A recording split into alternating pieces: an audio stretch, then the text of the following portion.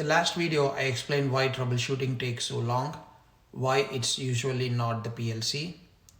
If that video felt familiar, this one explains where those problems actually start. A machine goes down, the alarm says machine not ready, everyone stops, maintenance starts checking sensors, operations cycle power the machine, engineering opens the PLC. 30 minutes later, the problem turns out to be a single photo eye that was never cleaned. The PLC knew the condition, but it just did not tell anyone. That's not bad troubleshooting, that's bad alarm. Most plants don't actually have downtime problems. They have alarms that are technically true and completely useless, like fault active, station error, machine not ready. These alarms don't diagnose anything, they just announce the pain and walk away. When an alarm gives no context, humans become the diagnostic leader. So people walk the machine, they jiggle sensors, they reset faults, they guess. Not because they're careless, because the system gave them nothing. And that's not troubleshooting, that's archaeology. Now compare those alarms to these alarms. An alarm might show up on the HMI like in-feed photo eye P102 did not turn on within 3 seconds. Or a clamp cylinder CYL07 failed to extend, input number remained off. Or safety gate 3 opened during auto cycle. These alarms answer 4 questions immediately. What failed, which device, which condition, and where to look. No guessing, no walking the line. That's not advanced engineering, it's just basic honesty.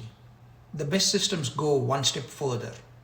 When an alarm appears on the HMI, they highlight the section where the affected section of this alarm is. The zone flashes red, the sensor location is obvious.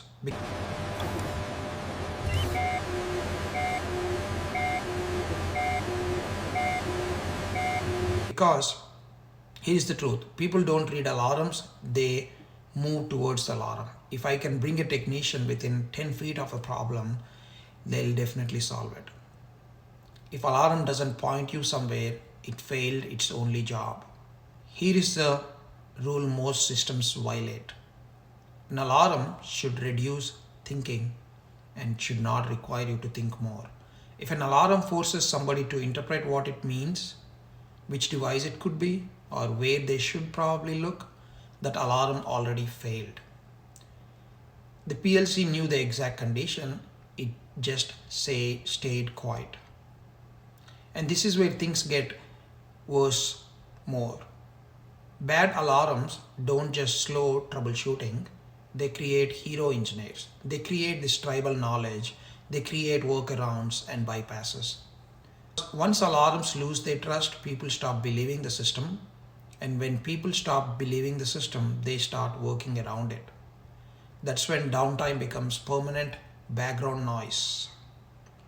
Here is the most part teams don't want to hear. If your alarm doesn't name the device or show where it is, the PLC knew the answer and stayed quiet. That's not a PLC problem, that's an engineering decision.